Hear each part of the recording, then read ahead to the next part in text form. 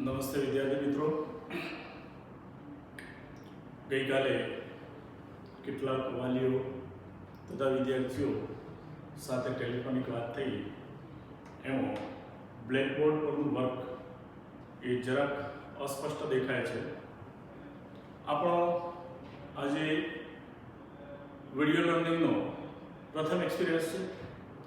તમારા પોઝિટિવ સૂચનો વિદ્યાર્થી તથા વાલીના સ્વીકાર્ય છે અને ધીમે ધીમે આપણે એનો ચોક્કસપણે સુધારો કરીશું અને આપને અનુકૂળ હોય એ પ્રમાણે આપણે ટીચિંગ મેથડ છે એ ફોલો કરીશું. સામાન્ય રીતે દ્રાવણમાં આપણે ગઈકાલે ભણી ગયા કે સાંદ્રતા દર્શાવવાની જુદી જુદી રીતો. આ રીતો આધારિત લખાણ સંબંધિત પ્રશ્નો તમને 5 આપ્યા હતા. આશા રાખું છું કે આપ સર્વે એ સોલ્વ કરી દીધા છે. જવાબો બાજુમાં આપેલા હતા. છતાં કોઈ ડાઉટ્સ હોય તો એ આપ સર્વેમાંથી કોઈ પણ એ વોટ્સએપમાં ફોટો પાડી અમને પર્સનલી પૂછી શકો છો. સાંદ્રતા દર્શાવવાની વિવિધ રીતો ને આધારિત દાખલા અને એની ગણતરી એ આપણે જોઈએ. આગળ આપણે લઈએ એ છે ઘન પદાર્થની પ્રવાહીમાં દ્રાવ્યતા. બુકની અંદર લખાણ ઘણું બધું મોટું અને વ્યવસ્થિત આપેલું છે. આપણે એના મેઇન પોઈન્ટ અને બેઝિક કોન્સેપ્ટ જે અત્યારે અને પાછળથી તમને ઉપયોગી થઈ પડે એ રીતે આપણે એનો અભ્યાસ કરીશું. તો સામાન્ય રીતે ઘનની પ્રવાહીમાં દ્રાવ્યતા. સીધું સારું ઉદાહરણ આપણે લઈએ કે ભાઈ ગ્લુકોઝ જેવો પદાર્થ છે એને પાણીમાં આપણે ઓગાળે. સાથે સાથે બીજું ઉદાહરણ લઈએ ખાંડ કે મીઠું એને પાણીમાં દ્રાવ્ય કરે. પણ અહીં દ્રાવક અને દ્રાવ્ય બંનેના સ્વભાવ એટલે કે પ્રકૃતિ પર સમાન મિશ્રણ બનશે કે નહીં એનો આધાર રહેલો છે. અહીંયા એના બે મુદ્દા આપણે લઈએ, ધ્રુવીય દ્રાવક અને ધ્રુવીય દ્રાવક. ધ્રુવીય દ્રાવક તરીકે આપણે યુનિવર્સલ સોલ્વન્ટ પાણીનો ઉપયોગ કરીશું. H2O liquid. પછી ધ્રુવીય દ્રાવ્ય. ધ્રુવીય દ્રાવ્ય કોને કહીશું? તો ઘન પદાર્થ હોય અને એમાં ધ્રુવીયતા હોય. હવે ધ્રુવીય દ્રાવ્ય લઈએ આપણે તો આયનિક ઘન માટે આપણે લઈ શકીએ દાખલા તરીકે NaCl. બરાબર. તો એ આયનિક ઘન થાય પણ એમાં ધ્રુવીયતા જોવા મળશે ધન અને ઋણાયનિક પ્રમાણે. આયનિક ઘન માટે પાછળથી પણ આપણે આપેલું છે કે મોટે ભાગે બધા જ આયનિક ઘન પદાર્થો પાણીમાં દ્રાવ્ય હોય છે. અહીં પાણી લિક્વિડ વત્તા NaCl ધ્રુવીય દ્રાવ્ય તરીકે આપણે સમજીએ. અધ્રુવીય દ્રાવક અને અધ્રુવીય દ્રાવ્ય. દાખલા તરીકે આપણે પેટ્રોલ લઈએ છીએ તો એ પ્રવાહી સ્વરૂપે છે. અહીંયા NaCl સોલ્યુટ છે. અધ્રુવીય દ્રાવ્ય આપણે લઈએ છીએ તો દાખલા તરીકે નેપ્થેલિન, ડામરની ગોળી ઘન પદાર્થ છે જે પેટ્રોલ અથવા કેરોસીનમાં દ્રાવ્ય થાય છે પરંતુ પાણીમાં દ્રાવ્ય થતું નથી. નેપ્થેલિન પાણીમાં દ્રાવ્ય થતું નથી. શા માટે? કારણ કે પાણી ધ્રુવીય છે, નેપ્થેલિન એ કેવો છે? અધ્રુવીય છે. તો ધ્રુવીય દ્રાવક અને ધ્રુવીય દ્રાવ્ય બંને વચ્ચેના સ્વભાવમાં શું સંગતતા છે? તો બંને દ્રાવણ બનાવશે. નંબર 1. નંબર 2, અધ્રુવીય દ્રાવક અને અધ્રુવીય દ્રાવ્ય એ પણ સમાન મિશ્રણ બનાવશે. પણ અહીં જો આપણે આ બંને પરથી કોઈ મુદ્દો ધ્યાન રાખીએ તો ધ્રુવીય દ્રાવક માં અધ્રુવીય દ્રાવ્ય ઓગાળીએ તો સમાન મિશ્રણ બનતું નથી.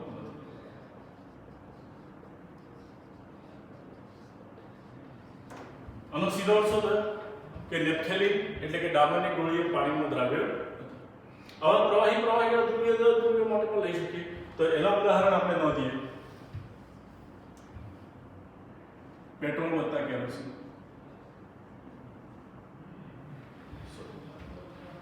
નીચે દેખાશે.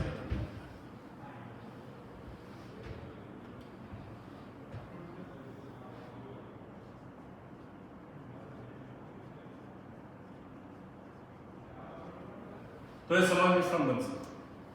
પણ પેટ્રોલ વત્તા પાણી તો એ સમાન મિશ્રણ બનશે નહીં. શા માટે નહીં બને? કારણ કે એક ઘટક અધ્રુવીય છે, એક ઘટક છે એ ધ્રુવીય છે. તો સ્વાભાવિક રીતે વિરુદ્ધ પ્રકૃતિ છે તો એ સમાન મિશ્રણ બનાવતા હોતા નથી. મોટે ભાગે બધા જ આયનિક ઘન પદાર્થો પાણીમાં દ્રાવ્ય છે. આયનિક ઘન માટે આપણે ઉદાહરણ લઈ શકીએ NaCl, KCl, અનેક આયનિક ઘન પદાર્થો છે. પ્રયોગશાળામાં જે અકાર્બનિક રસાયણો તમે વાપરો છો એ બધા જ એ આપણે આયનિક ઘન પદાર્થો છે એમ આપણે કહી શકીએ. NaOH, NaCl, H2SO4 એમાંથી પણ આયનો નીકળે છે. અહીં ત્રીજો મુદ્દો આપણે લઈએ OH સમૂહ ધરાવતા પદાર્થો પાણીમાં દ્રાવ્ય હોય છે. આમાં અકાર્બનિકનું ઉદાહરણ લઈએ તો NaOH આવે, પણ અહીંયા બે અકાર્બનિક કાર્બનિક સંયોજનોના ઉદાહરણ લીધેલા છે. એટલે ઇથેનોલ અને કાર્બોક્સિલિક એસિડ. ઇથેનોલ જે છે એમાં CH3CH2OH, કાર્બોક્સિલિક એસિડ એમાં COOH સમૂહ છે. પર્ટિક્યુલરલી અહીંયા જે ઉદાહરણ લીધું છે આપણે કયું છે એસિડિક એસિડ, અથવા એને આપણે કહીશું IUPAC નામકરણ પ્રમાણે ઇથેનોઇક એસિડ. એનો OH સમૂહ છે. તો OH સમૂહ દ્રાવ્યતામાં કઈ ભૂમિકા ભજવશે? તો 11th સાયન્સમાં આપણે ઓલરેડી ભણી ગયા છે કે આ દ્રાવ્યતાનું કારણ પાણીના અણુઓ સાથે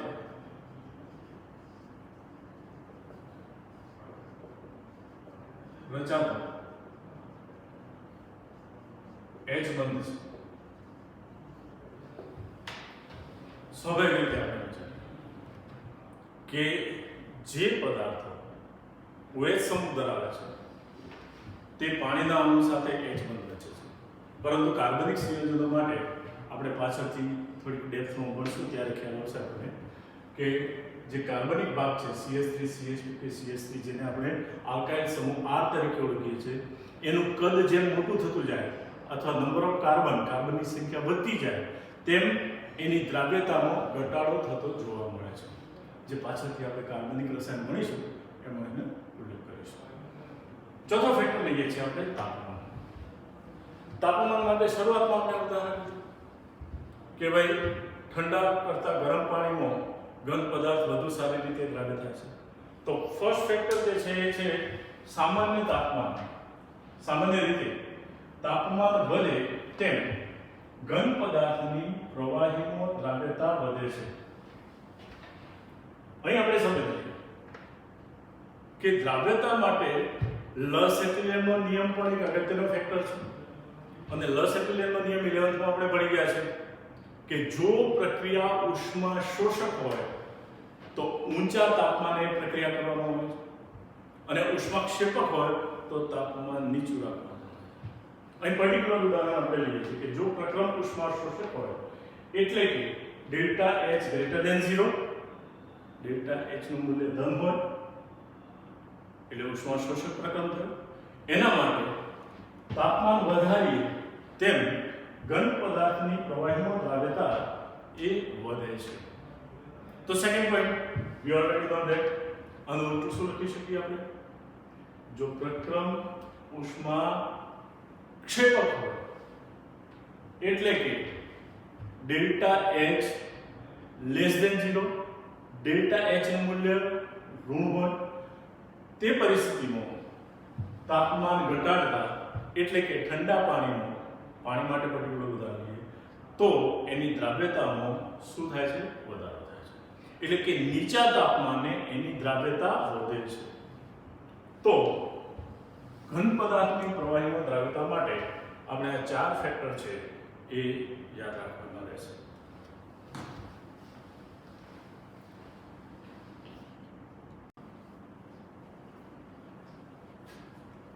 વિદ્યાર્થી મિત્રો, આપણે પ્રથમ ઘન પદાર્થની પ્રવાહીમાં દ્રાવ્યતા તેના વિશેની સમજૂતી મેળવી.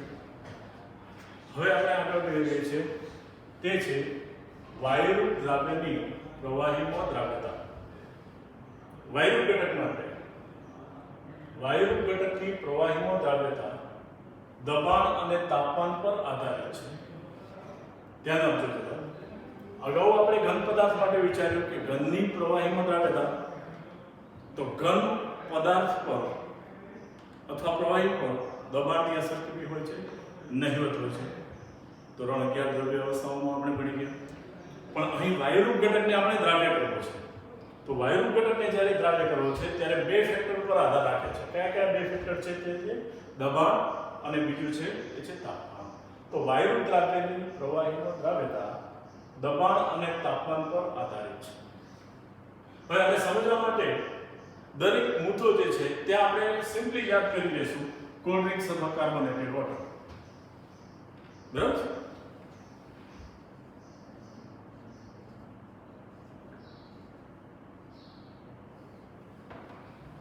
ઉદાહરણ આપીએ અને કોઈ પણ મુદ્દો સમજીએ ત્યારે એને જરાક યાદ રાખી લેવું.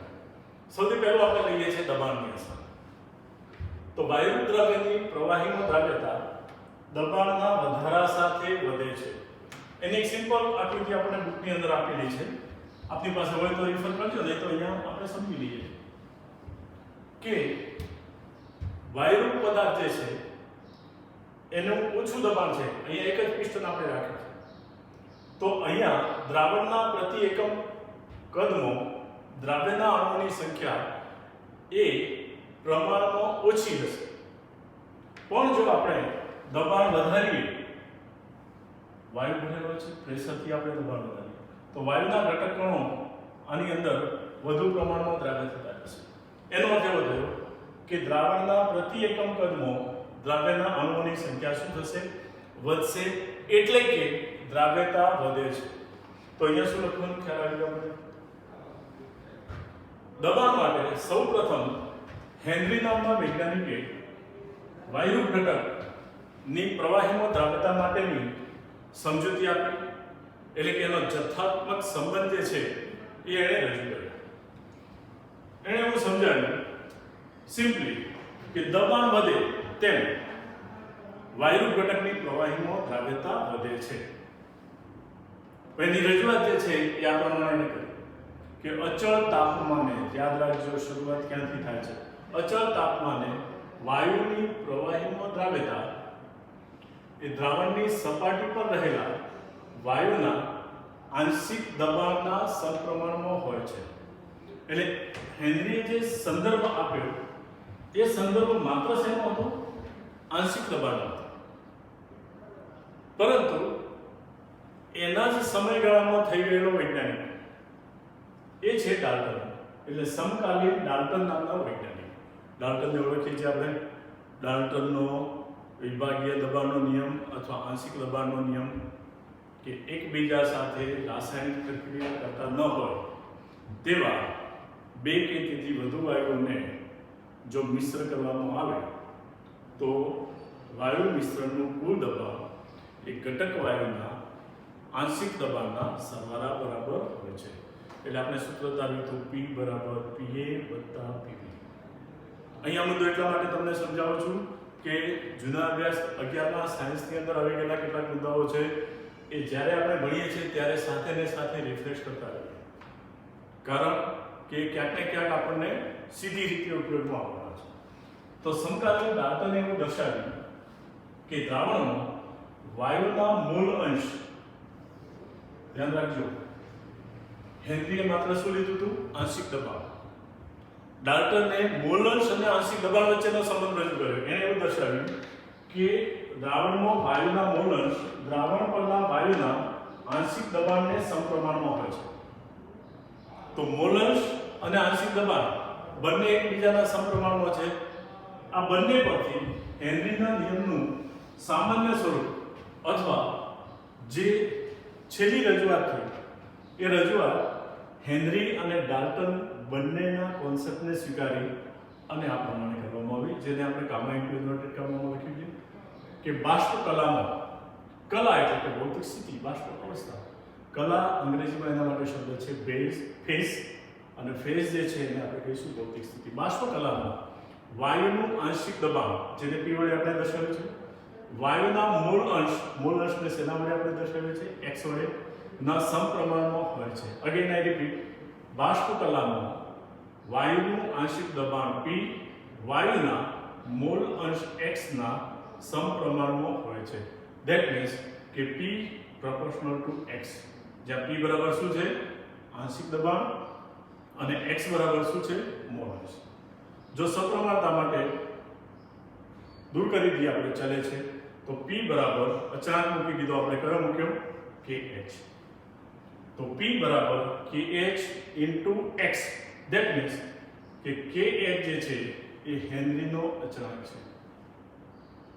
આ નિયમ જે છે એને હેનરીના નિયમ તરીકે ઓળખવામાં આવે છે, જેના વિશે ડિટેલમાં આવતીકાલે આપણે આગળ અભ્યાસ કરીશું. Thank you.